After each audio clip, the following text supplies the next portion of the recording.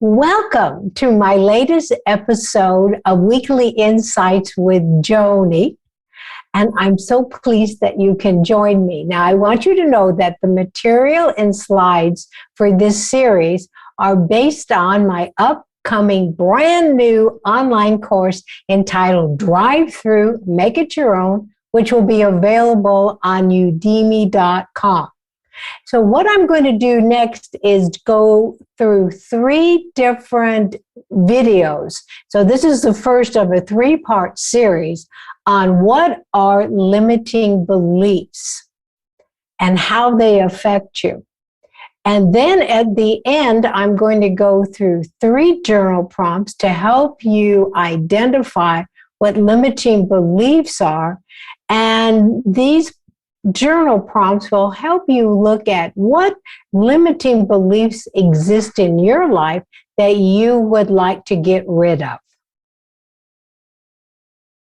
If you had a choice between taking an easy path or a hard, difficult road to achieve your desired outcomes, which would you choose? At first, you may say the easy path, but is that really true? Consider how often you engage in repetitive, stressful behaviors well beyond the point you realize they are not good for you. As we go through the following questions, think about how they relate to your life or even to the lives of the people close to you. So here are the questions. Do you engage in stressful behaviors because you might be afraid of making changes to your life? Do you unknowingly welcome struggles and suffering because you believe there is a positive payoff at some point? Or do you engage in repetitive, stressful behaviors because someone taught you that life is a struggle and this is now an accepted belief? For some of you watching this video, those may not be easy answers to come up with to those questions. So what we're going to start with first is a baseline for what are limiting beliefs and how they affect your life. Limiting beliefs are founded on the premise of fear, scarcity, and unworthiness. Targeting the soft underbelly of who you are, limiting beliefs convince you that you do not have enough of what it takes to be loved, successful, happy, or fulfilled. And this creates a detachment from your true, authentic self. Detached from who you truly are, limiting beliefs become the foundation on which your life and sense of self-worth have been based on. For example, limiting beliefs are what set you on a perilous path of chasing for love, happiness, and success outside of yourself. But that's not all. Limiting beliefs convince you the dead ends you come upon in life are the result of you not being worthy of your ideals and your desires. They also get you to believe there's not enough of what you desire to go around. This shows up when you have worked so hard to reach a desired point in life, only to find the road you are on is blocked and someone else is living your desires. So now that we've started to peel back the surface of what beliefs are, and we see the ones that we think are good, but in reality, they are limiting us and they are blocking our path to what it is we desire and what it is we're working for. So I would like to go through a couple of slides to show you specifically how limiting beliefs are often masquerading as good beliefs that we think are helping us. Most of the fundamental truths people hold about themselves, the world, and life itself are deeply rooted in fear-driven beliefs that are framed around scarcity and unworthiness. You may agree with this, and yet you may find yourself resisting it. One reason you may resist this is that you don't immediately see how positive beliefs can be limiting beliefs in disguise.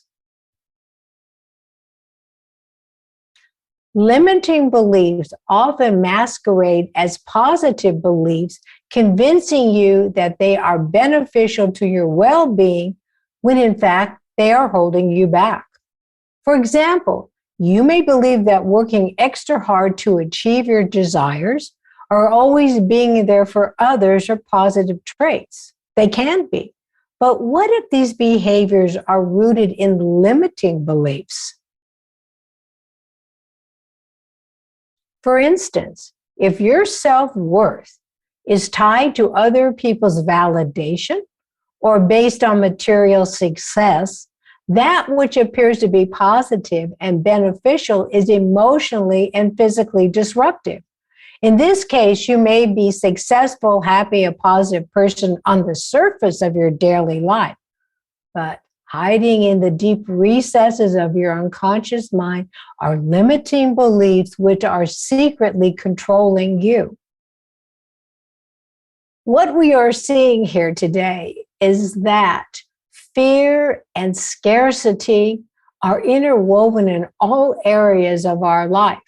And so what we want to look at now is how to come to terms with that and see that and understand how this is taking place in our everyday life. How many times have you succeeded in getting what you desire, only for unexpected feelings of scarcity and unworthiness to creep up? How often have you seen this happen to others? Sometimes that fear exists on a subtle level, and other times it washes in with the full force of an unstoppable wave of fear and anxiety. This happens because limiting beliefs create the illusion your good fortune will be taken from you, or what you have achieved carries little worth or value. On the other end of the emotional spectrum, scarcity and unworthiness can show up before you experience success, oftentimes just as you're on that cusp of getting what you desire. This establishes a limiting belief that despite your best efforts, you will never get ahead in life. On the final slide that we're going through, I'm going to have 3 really powerful journal prompts to help you integrate what you're learning and to help you see these hidden limiting beliefs. You're going to go, oh, I see that now. Create some time to journal your answers to the following questions. 1, what were some of the more influential limiting beliefs in your life that were passed down to you? 2, in what areas of your life did these limiting beliefs once support you?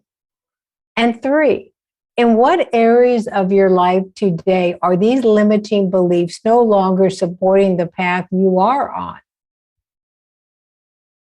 So how did all this craziness about limiting beliefs get passed down to you?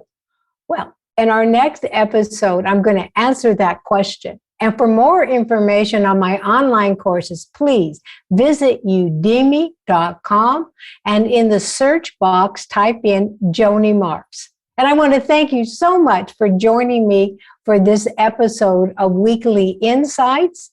And I want to invite you to come again for the next one in this series. And remember, every morning, look into your mirror and smile at yourself and say, I am my own best friend, for I came into this world to be myself. For that I came. And thank you and all my best.